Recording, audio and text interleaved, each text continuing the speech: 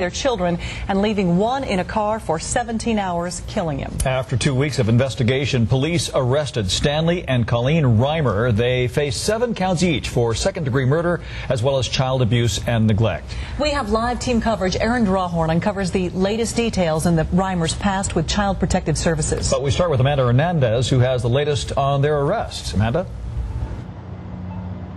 That's right. Both Colleen and Stanley Reimer are now behind bars here at the Clark County Detention Center, and we're learning more about the victims in this case.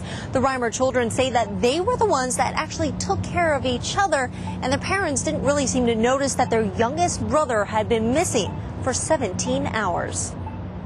From the family's SUV, 4-year-old Jason Reimer was lifeless. For 17 hours, neither his parents nor 5 other siblings looked for him, and now a police investigation is shedding light on why. One brother explained that Jason could unbuckle his seatbelt, but had never been known to open the car door on his own. Suffering from a crippling muscular disease, Jason also couldn't honk a horn. Inside the home, one child noticed Jason was missing but didn't speak out because he says sometimes his parents get mad if he asks stupid questions. And police say Stanley Reimer, when mad, would beat his children. His daughter told police, "He would punch me anywhere. I mean, it was not a spanking or anything. He wanted to just hurt me." Jason was last seen in the car coming home from church, and one of his brothers was told to get him.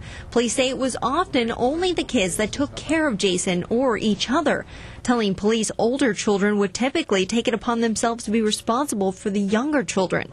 Police say the neglect and abuse seen in the home was apparent from the beginning, and it took 2 weeks to arrest the couple because investigators wanted to gather all the evidence needed. Every investigation that comes out of this department is taken with the utmost scrutiny, the utmost dedication to the details and the factors, and it's those details and factors that determine the outcome of this case. Police say the kids were unwilling to speak out about their treatment or living conditions at first because their father, Stan Reimer, told them not to speak with CPS because CPS wants to destroy the family.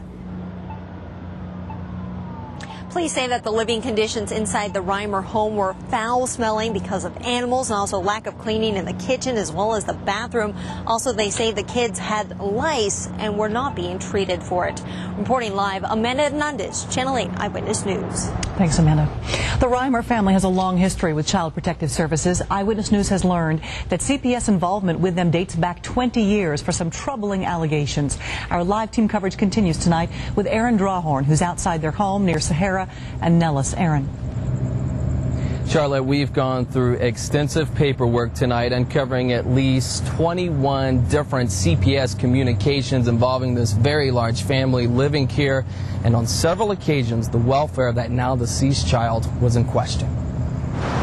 The Reimer family home is now up for sale. Their children are in protective custody. Mom and dad are behind bars, and little Jason is forever gone, but not forgotten. A slew of paperwork obtained by Eyewitness News reveals cause for concern long before his untimely death more than 2 weeks ago in this hot SUV. Colleen and Stanley Reimer have faced Child Protective Services caseworkers before. Most of the allegations were unsubstantiated. But on 2 occasions, in 1988 and 1991, an investigation found physical abuse, emotional abuse and neglect, medical neglect, and lack of supervision occurring in the Reimer household. Jason Reimer hadn't been born then. But in his short 4 years, CPS conducted 5 referrals on his behalf for abuse and neglect. All the cases involving Jason were closed, but just last year, a CPS investigator required face-to-face contact with the Reimers and their children, warned the parents to stop excessive or physical discipline, and urged the children to speak to school staff anytime they had a concern about a problem at home. But no investigation could foresee Jason dying inside an SUV after 17 hours. And that wasn't the first time he had been left behind. In an interview with a Metro Police detective, Colleen Reimer said she went to the store to shop and forgot to get Jason out of the vehicle before exiting it. She stated someone came into the store and announced someone had left a baby in the car. It was only then she realized she had forgotten Jason. Jason was only 6 months old at the time. Incredibly enough, Colleen Reimer admitted to police on another occasion the family had gotten to church, and only then they realized they left a 1-year-old child behind here at the house alone in a playpen. Reporting live, Aaron Drawhorn, Channel 8 Eyewitness News. Aaron, do we know when the Reimers are going to be back in court? Charlotte, we're not sure about Colleen, but we understand Stanley Reimer